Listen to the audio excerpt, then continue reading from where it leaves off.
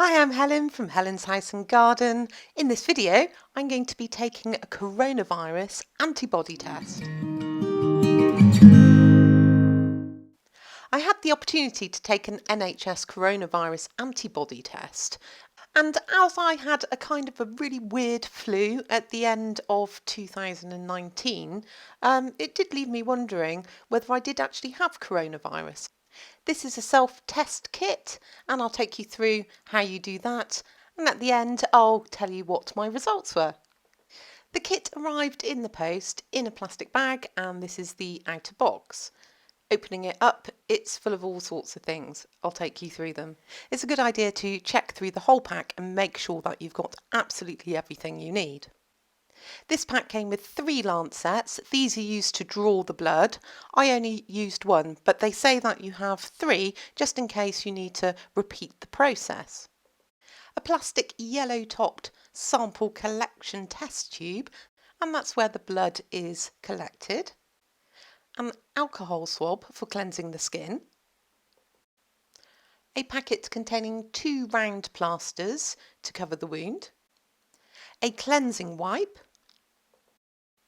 A printed leaflet which gives you instructions on how to complete the test, and a checklist to make sure that you've got everything you need in the test kit, and instructions on what to do if something is missing. There's a returns form which you'll need to complete prior to sending your sample off and enclose it in the box.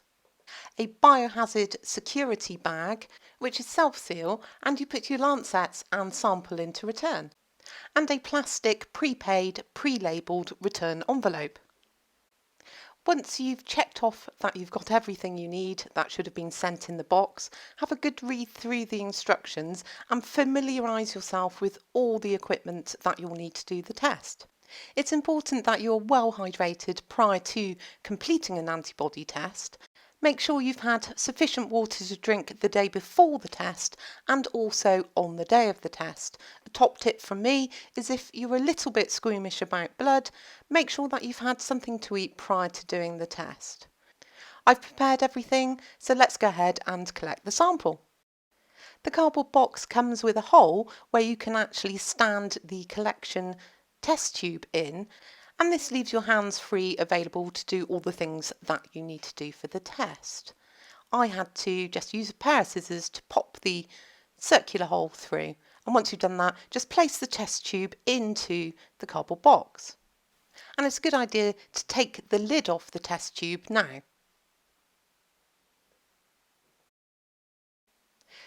Pre-prepare your plasters, which will need to cover the wound.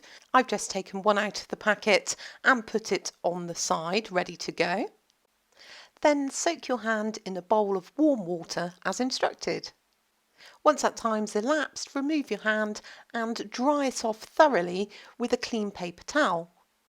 Take one of the lancets. You'll notice that there's a purple top. Just twist and pull to remove that. And set the lancet to one side. Use the alcohol swab to cleanse your finger. Take the lancet, hold it over your finger, and there's a button on the top that you need to press to activate the mechanism. I found you needed to press quite firmly to activate it. Take a clean tissue and just wipe the initial blood spot from your finger.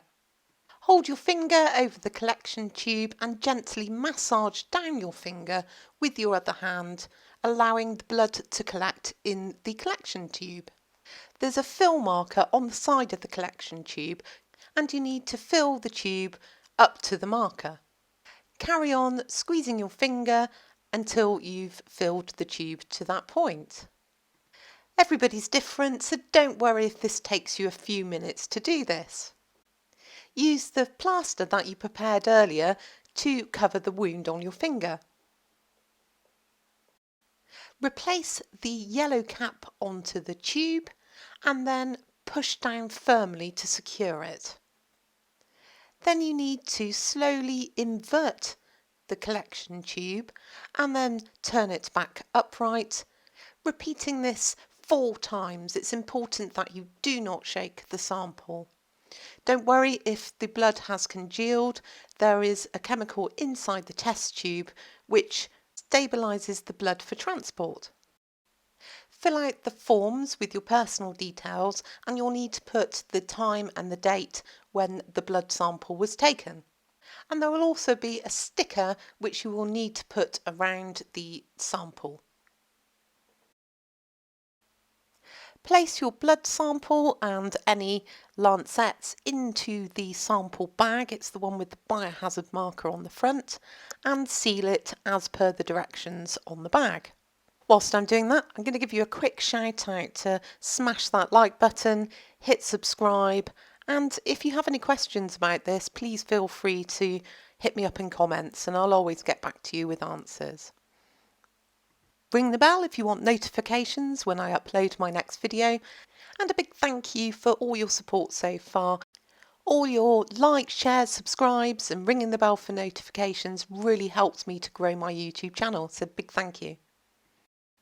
Take the cardboard box and place in there the sample, which is now in the bag, and your completed form. Fill out your personal details on the return envelope, then place the box inside that envelope and seal it. There are various ways to return the test kit, and I chose to use a priority Royal Mail box. Priority Royal Mail boxes have this sticker on them. This is my experience of taking a coronavirus antibody test. I'm not medically qualified to give you any medical advice, but I wanted to show you that it really isn't too bad and it's really easy to do it yourself at home. My finger felt a little bit bruised for a couple of days, but nothing more than what you'd feel if you had a paper cut on your finger. About a week later, I had a text message containing the results of my test, and here it is.